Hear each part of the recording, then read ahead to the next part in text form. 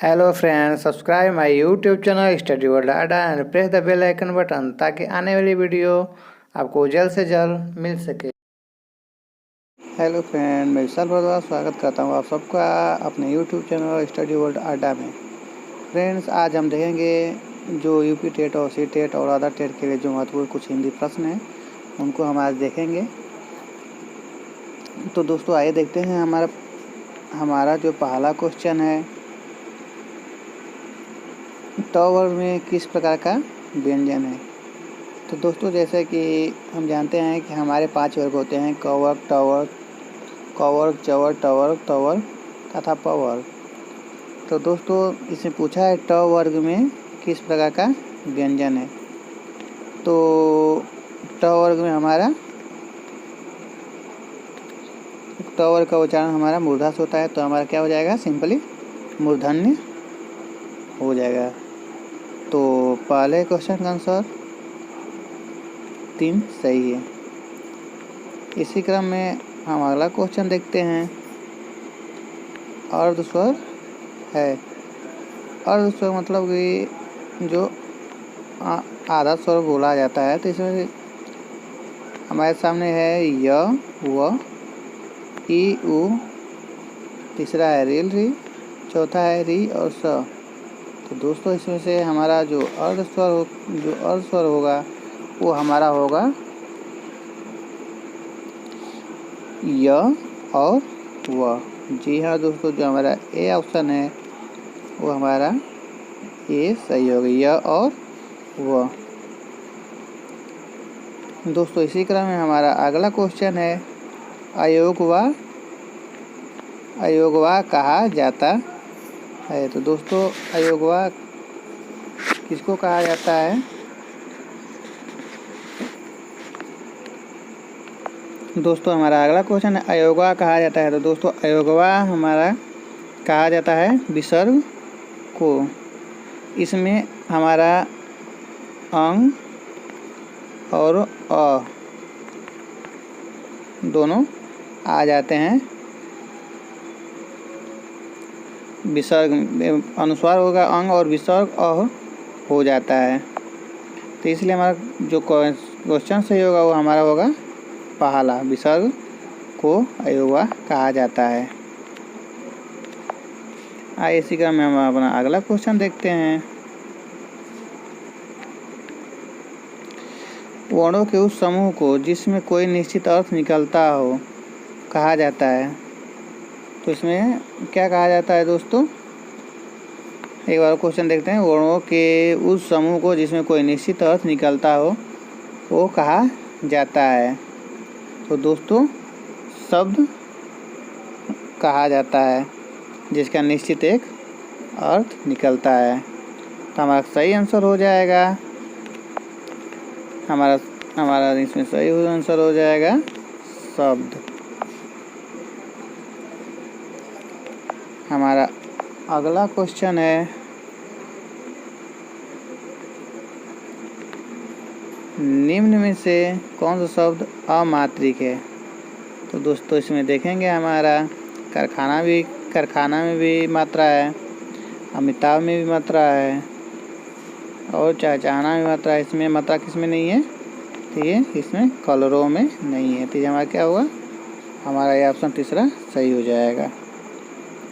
चलिए दोस्तों हम अपना अगला क्वेश्चन देखते हैं।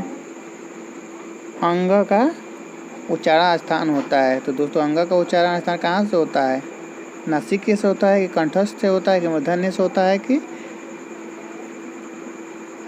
दंत से होता है। तो दोस्तों इसमें हमारा जो अंग का उच्चारण होता है वो हमारा किससे होता है, अंग यानी कि अंग नाक से होता है। तो हमारा क्या होगा, नासिक। हमारा जो आंसर होगा वो सही होगा। तो हमारा आंसर क्या होगा, नासिक हमारा सही आंसर होगा।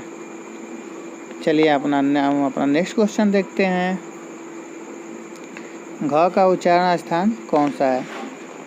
तो दोस्तों मैंने पहले ही बताया था, जो उच्चारण स्थान होते हैं वो 5 तरीके से होते हैं, कंठ से, तालु से, मूर्धा से, दंत से और ओठ से, जो कि हमारे 5 वर्गों में भी बटे होते हैं, क वर्ग में, च वर्ग में, ट वर्ग में, त वर्ग में और प वर्ग में। हमारा क्वेश्चन क्या पूछ रहा है, घ का उच्चारण स्थान कौन सा है?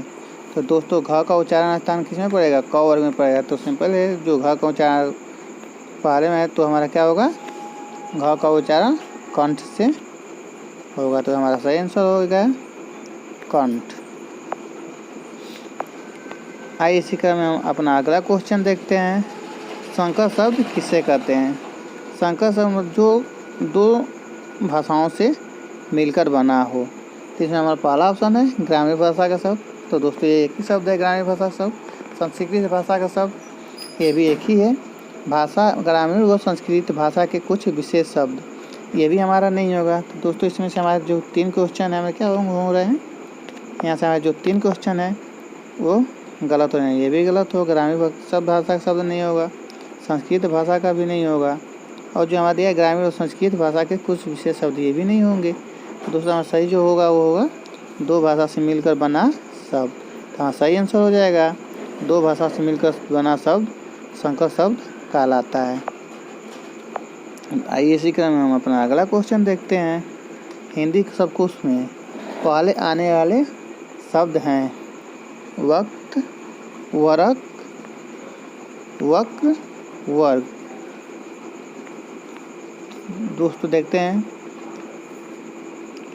व के बाद जो हमारा वक्त के बाद इसमें क आया है,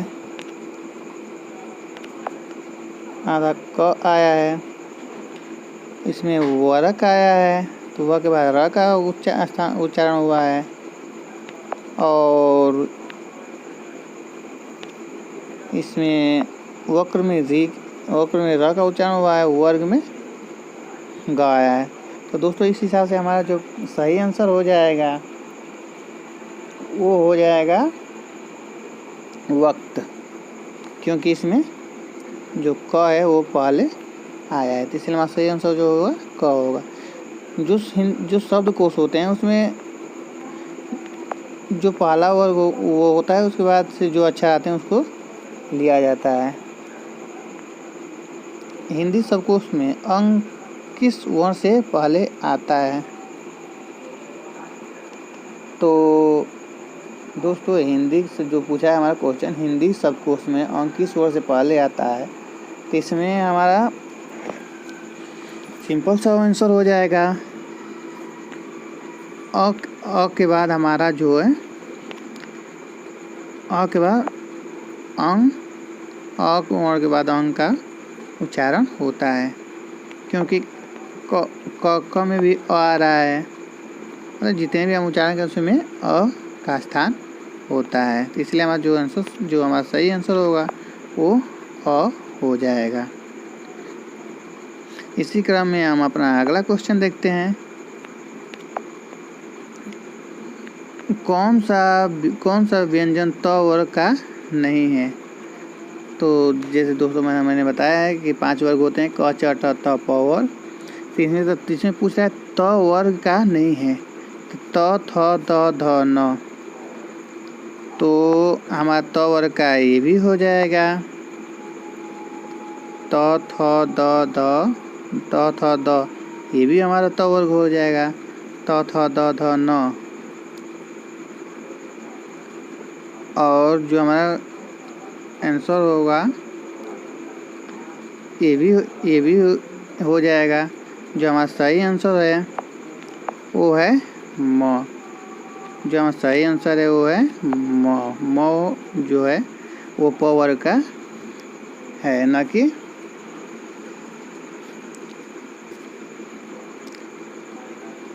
त वर्ग का। आइए हम अपना अगला क्वेश्चन देखते हैं। भिन्न भिन्न स्वरों के मेल से जो स्वर उत्पन्न होता है उसे, भिन्न भिन्न स्वरों के मेल से जो स्वर उत्पन्न होता है उसे हम क्या कहते हैं? उसे हम संयुक्त स्वर कहते हैं, क्योंकि वो भिन्न भिन्न शब्दों से मिलकर बना हुआ होता है। आइए दोस्तों इसी क्रम में हम अपना अगला क्वेश्चन देखते हैं। कौन सा वर्ड घोष नहीं है?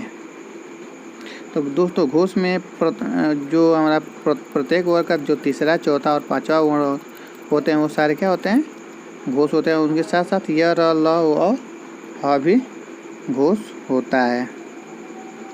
इसने पूछा कौन सा वर्ण घोष नहीं है, तब इसमें हम देखेंगे पहला, तीसरा और चौथा कौन कौन सा नहीं है। तो इसमें हम देखते हैं कि जो पहला, दूसरा, तीसरा में कौन सा नहीं है, जो कौन सा वर्ण घोष नहीं है। तो दोस्तों जैसे इसमें 6 जो है वो घोष नहीं है, तो हमारा सही आंसर क्या हो जाएगा, 6 सही राइट आंसर हमारा हो जाएगा। आइए हम इसी क्रम में अपना अगला क्वेश्चन देखते हैं। किस शब्द में री स्वर नहीं है। तो दोस्तों देखते हैं कृपा में भी क्री है, री शब्द है, और कृष्णा में भी री है, दृष्टि में भी री है। तो हमारा सही आंसर हो जाएगा वो है रिवाज, क्योंकि रिवाज में री स्वर नहीं है। तो हमारा सही आंसर क्या हो जाएगा, री हो जाएगा। इसी क्रम में हम अपना अगला क्वेश्चन देखते हैं। किन ध्वनियों को अनुसार कहा जाता है। तो दोस्तों इसमें देखते हैं हम स्वर के बाद आने वाली नासिक ध्वनियों को जो अंग होता है अह होता है, तो उसमें जो अह होता है वो हमारा अनुस्वार होता है। तो देखते हैं इसमें जो पूछा है, स्वर के बाद आने वाली नासिक ध्वनियाँ स्वतंत्र रूप से उच्चारित हो ध्वनियाँ, जो स्वतंत्र रूप से दोस्तों जो स्वतंत्र रूप से उच्चारित ध्वनियाँ होती हैं वो तो हमारा अनुस्वार हो नहीं सकते। जो स्वर के साथ आने वाली ध्वनियाँ होती हैं वो भी नहीं हो सकती, और जो हमारा दिया है व्यंजन के बाद में आने वाली ध्वनियाँ ये भी नहीं हो सकता। तो ये तीनों क्या हुए हमारे आंसर गलत हो गए। तो राइट आंसर क्या हुआ, स्वर के बाद आने वाली नासिक ध्वनियाँ थी, ये हमारा क्या हुआ आंसर सही हुआ। तो हमारा राइट आंसर क्या हुआ, स्वर के बाद आने वाली नासिक ध्वनियाँ क्या होती हैं, अनुस्वार कहा जाता है। आइए इसी क्रम में हम अपना अगला क्वेश्चन देखते हैं। हिंदी भाषा में ध्वनियाँ कौन सी हैं जो स्वतंत्र रूप से बोली या लिखी जाती है। हमारा अगला क्वेश्चन है कि हिंदी भाषा में वे ध्वनियाँ कौन सी हैं जो स्वतंत्र रूप से बोली या लिखी जाती हैं। तो दोस्तों जो हमारा स्वर होता है वो स्वतंत्र रूप से बोला या लिखा जा सकता है, इसलिए हमारा जो आंसर होगा एक सही होगा। इसी क्रम में हम आगे चलते हैं और देखते हैं अपना अगला क्वेश्चन। निम्न में से घोष वर्ण अघोष वर्ण हैं। दोस्तों निम्न में से जो हमारे अघोष वर्ण हैं वो इनमें से कौन होते हैं। तो दोस्तों इसमें जो अघोष हमारा वो होता है क ख च छ ट ठ त थ प फ स स और स होता है। तो इसमें से हमारा क भी है, ख भी है और च भी है। तो हमारा सिंपली क्या होगा आंसर, हमारा जो अ है वो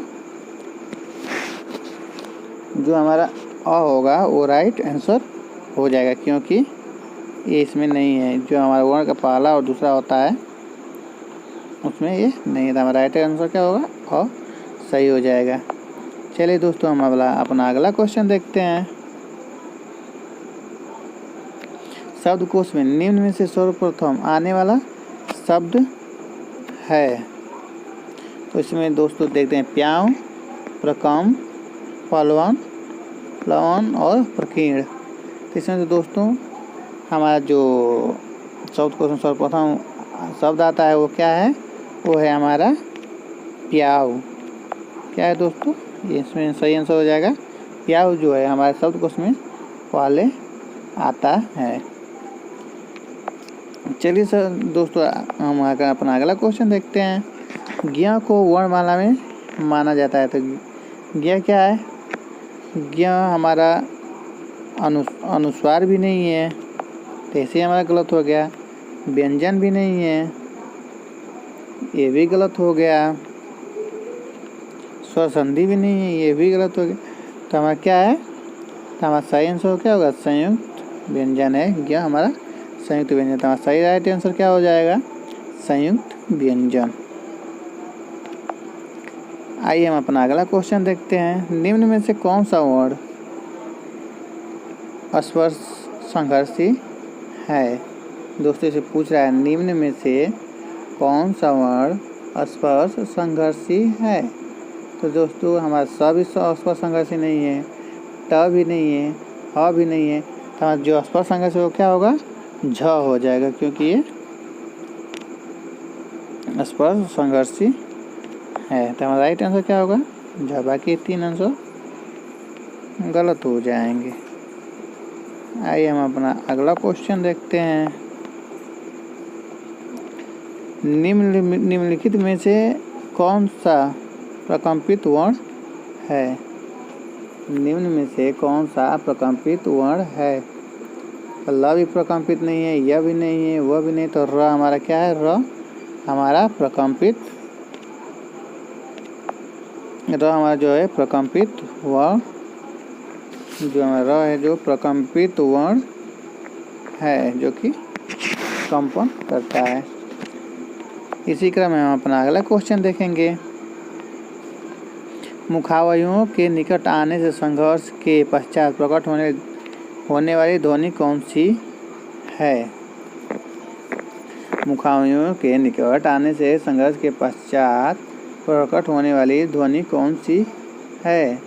तो स्पर्श व्यंजन होंगे नहीं, अंतस्थ होंगे नहीं, उत्सर्ग होंगे नहीं, उसमें व्यंजन हमारा क्या होगा, उसमें व्यंजन हमारे सही हो जाएंगे, क्योंकि इसमें इसमें हम स और स का उच्चारण करते हैं, तो इसमें आपस में संघर्ष उत्पन्न होता है, जिससे हमारे जो शब्द जो स ह निकलते हैं उसमें पैदा होती है।